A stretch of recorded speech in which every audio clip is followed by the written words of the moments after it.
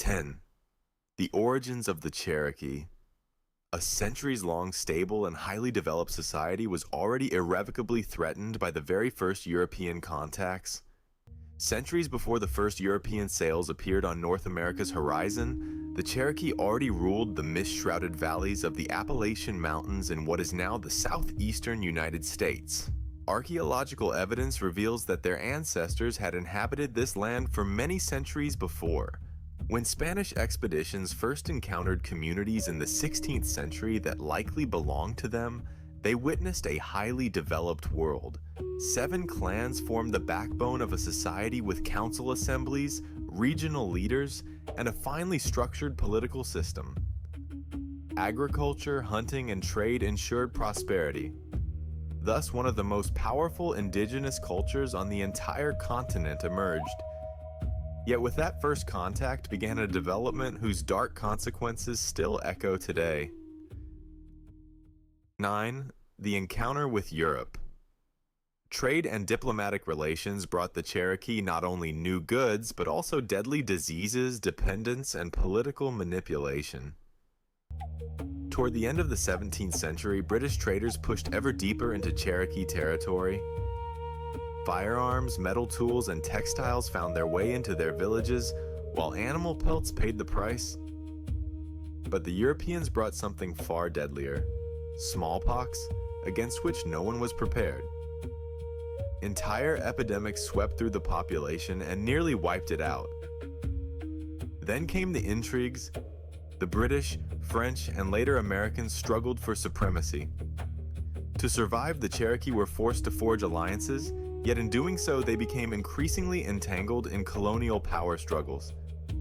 A respected trading partner gradually became an obstacle to the steadily expanding settlements.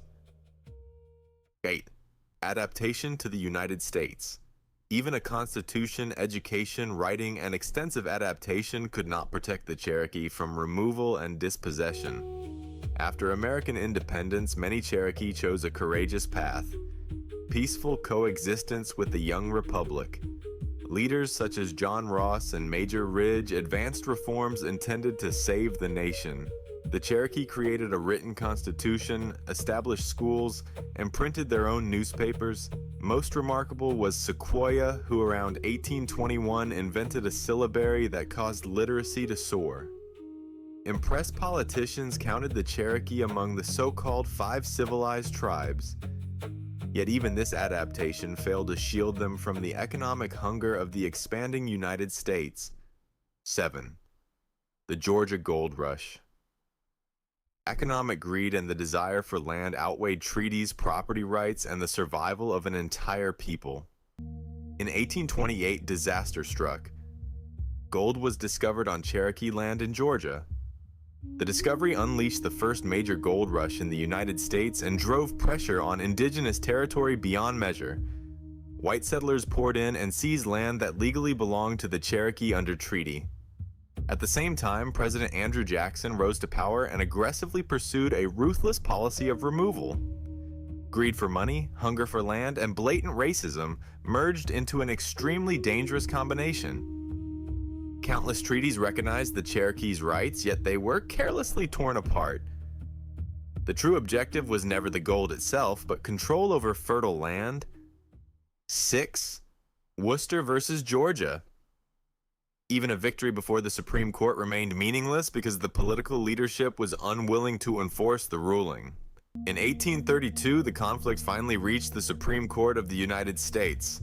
In the case of Worcester versus Georgia, the court under Chief Justice John Marshall ruled with unmistakable clarity. No state possessed authority over Cherokee territory. Legally, it was a triumphant victory for the indigenous nation. But then the unimaginable happened. The ruling was ignored. President Andrew Jackson refused to enforce it while Georgia calmly continued its actions. Thus, one of the darkest chapters in American legal history was revealed. Even the word of the nation's highest court proved powerless whenever political power and economic greed outweighed the rule of law. 5. The Treaty of New Dakota. A small, unauthorized minority signed a treaty that was used to justify the removal of the entire Cherokee Nation. In December 1835, a tiny group led by Major Ridge, John Ridge, and Elias Boudinot placed their names beneath the Treaty of New Echota. They believed removal was unavoidable and hoped at least to secure compensation. Yet the overwhelming majority of the Cherokee, led by John Ross, rejected the agreement with all their strength. Nevertheless, the U.S. Senate ratified it by a margin of just one vote. With that, the government possessed the pretext for forced removal. A deep division split the Cherokee Nation, whose consequences years later culminated in bloody acts of revenge within their own community. 4. The Trail of Tears. Thousands of Cherokee did not die because of a natural disaster, but as a result of a deliberately planned and government-enforced forced removal. Between 1838 and 1839, the U.S. Army under General Winfield Scott forced about 16,000 Cherokee from their homeland at gunpoint. Families were dragged from their homes and crowded into detention camps before the brutal march westward began. For more than 1,500 kilometers, they struggled through freezing cold, hunger, disease, and desperate hardship until reaching distant Oklahoma. Historians estimate that about 4,000 people did not survive the journey. This tragedy still bears a name today: the Trail of Tears. For many, it remains one of the gravest human rights crimes in the history of the United States. 3. Life in Indian Territory.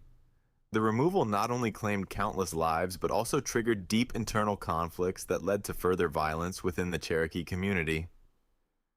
After arriving in unfamiliar Oklahoma, the survivors had to rebuild their shattered society from nothing. At the same time, the dispute over the Treaty of New Echota continued poisoning the community. Several of its signers were murdered in cold blood shortly after the relocation. Yet the Cherokee still managed to rebuild schools, courts, and a functioning government. Agriculture and trade flourished once again, while outside interference never truly ceased. During the American Civil War, the territory was once more torn apart because rival Cherokee factions formed opposing alliances. Even after their greatest catastrophe, their cultural identity remained unbroken. 2. The policy of assimilation. The American government systematically sought to erase the Cherokees' identity by taking away their land, language, traditions, and children. Toward the end of the 19th century, the federal government devised a sinister new strategy. Through the Dawes Act of 1887 and additional laws, it broke up communally owned tribal land into individual private allotments. Whatever remained was transferred to white settlers. At the same time, boarding schools were established where indigenous children were forced to abandon their language and traditions. Many endured abuse and brutal cultural uprooting there. The objective was chillingly clear: the complete destruction of their identity. Countless customs, languages, and family bonds were pushed to the brink of disappearance. Yet in secret they survived and were later deliberately revived. 1. The legacy of the Cherokee. The consequences of removal, dispossession, and cultural oppression do not belong to the past, but continue shaping the Cherokee to this day. Today, the Cherokee Nation, the Eastern Band of Cherokee Indians, and the United Keetoowah Band together comprise several 100,000 enrolled members. The Cherokee Nation, headquartered in Tahlequah, Oklahoma, is among the largest indigenous governments in all of North America. Ambitious programs supporting language, education, and economic development seek to heal the wounds left by centuries of injustice. Their history stands as a powerful warning. Progress and democracy do not automatically guarantee justice. The Trail of Tears is not merely a chapter of the past, but a symbol of how political decisions can shatter entire peoples. Its lessons continue shaping debates over indigenous rights, historical responsibility, and national remembrance to this day.